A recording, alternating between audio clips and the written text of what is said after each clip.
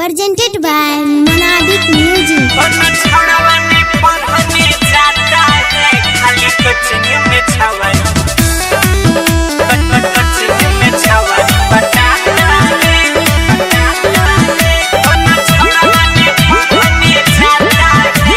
Music by Shubhra.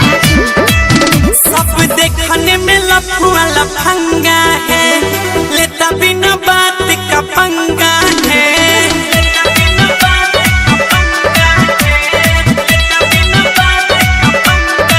वे सब देखने में लफुआ लफंगा है, लेता बिना बात का पंगा है। साला देखते ही नया लड़की के पीछे पार जाता है। खाली छोड़ी बटाता है। जितना स्टूडेंट है वो बताइए कोई पढ़ता है? सब लोग खाली छोड़ी बटाता है। कोनो छोड़वा ने पढ़ने जाता है, खाली कोचिंग में छावरी बटाता है। कोनो छोड़वा ने पढ़ने जाता है, खाली कोचिंग में छौरिया बटाता है।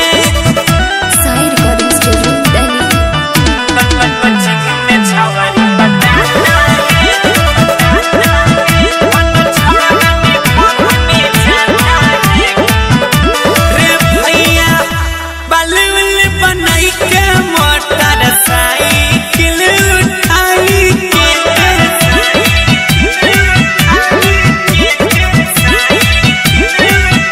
रे भैया बलुल बनाई के मोटर साइकिल उठाई के।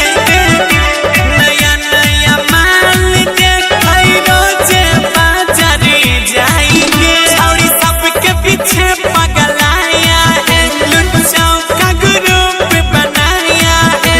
गलती करके अपने में सब कोई मार फंसाता है।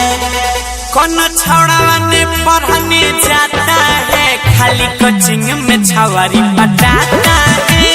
प्यार का जाल बिछाता है, खाली कोचिंग में छवारी बटाता है। Presented by Monadik Music. Coaching में छवारी बटाता है।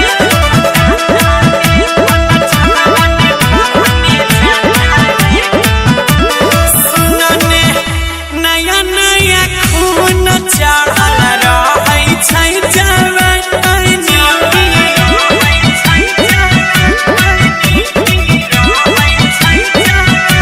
कि कहियो नया नया खून चढ़ल रहै छै जवानी। दम नहीं धरै छै जब तक छुइट जाइ नहीं पानी। सुनो सनी गौरव कहता है, लड़की के फेरा में जो रहता है। गुड्डू लगती है गलत है, आगे चल के वो पछताता है। मल्लिक राकेश न पढ़ने जाता है, खाली कोचिंग में छवारी बटाता है। हनी बीनू ने पढ़ने जाता है, जाके कोचिंग में छवारी